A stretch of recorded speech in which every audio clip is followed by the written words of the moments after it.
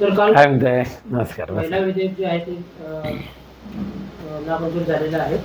काय एकूणच त्या संदर्भात सगळ्यात त्यांचे आरोप प्रत्यारोप देखील होताना पाहायला मिळते. बघा, खरं म्हणजे कालचं लोकसभेमधलं खऱ्या अर्थाने महिला विधेयक नव्हतंच.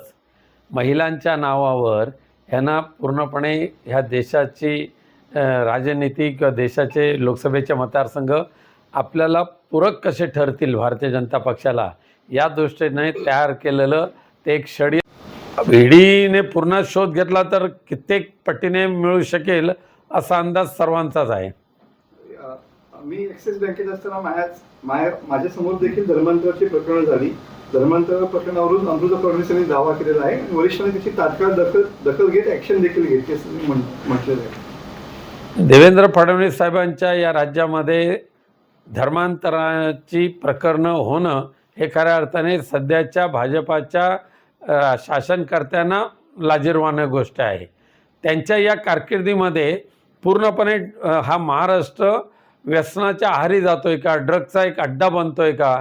आता कालसुद्धा गुजरात, पंजाब, राजस्थान इथले पोलीस पश्चिम महाराष्ट्रामध्ये आलेले आहेत आणि पश्चिम महाराष्ट्र हा ड्रग्सचा निर्माण करणारा एक हब होत आलेला आहे. अशा पद्धतीची बातमी जी पसरलेली आहे त्यामध्ये तथ्य आहे. इथेसुद्धा सिंधुदुर्ग असेल, रत्नागिरी असेल, गोव्यातून येणारा संपूर्ण ड्रग हा गोव्याच्या मार्फत सिंधुदुर्ग, रत्नागिरीपर्यंत येतो आहे. परंतु त्याच्यावर कोणत्याही परिस्थितीत 100% बंदी येऊ शकली नाही. हे दुर्दैव सध्याच्या राज्यकर्त्यांचं आहे. विधान परिषद निवडणूक या ठिकाणी होती आहे. म्हणजे उद्धव ठाकरे गटाकडून देखील उद्धव ठाकरेंचं नाव असेल तरच आपण सपोर्ट करू असं भूमिका महाविकास आघाडीची पाहायला मिळते. कसं बघा, आम्ही पण सर्वांनी विनंती केलेली आहे माननीय उद्धव साहेबांना, त्यांनी पुनश्च एकदा विधान परिषदेचं सदस्यत्व घ्यावं अशा पद्धती इच्छा आमच्या सर्वच नेत्यांची आहे.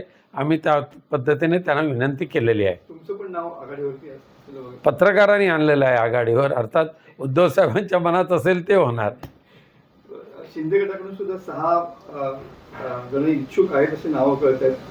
कसं बघतं? म्हणजे शिंदे गटाबद्दल मला काय बोलायचं नाही, कारण आता मागच्याच आठवड्यात तुम्ही सोलापूरमध्ये एकमेकाच्या उरावर कसे बसलेत ते पाहिले आहे तुम्ही. सगळ्या खासदारांना, नेत्यांना जावं लागलं आणि थोडं शांत करावं लागलं. त्यामुळे शिंदे गटाचं अस्तित्व आता खूप धोक्यात येत चाललेलं आहे.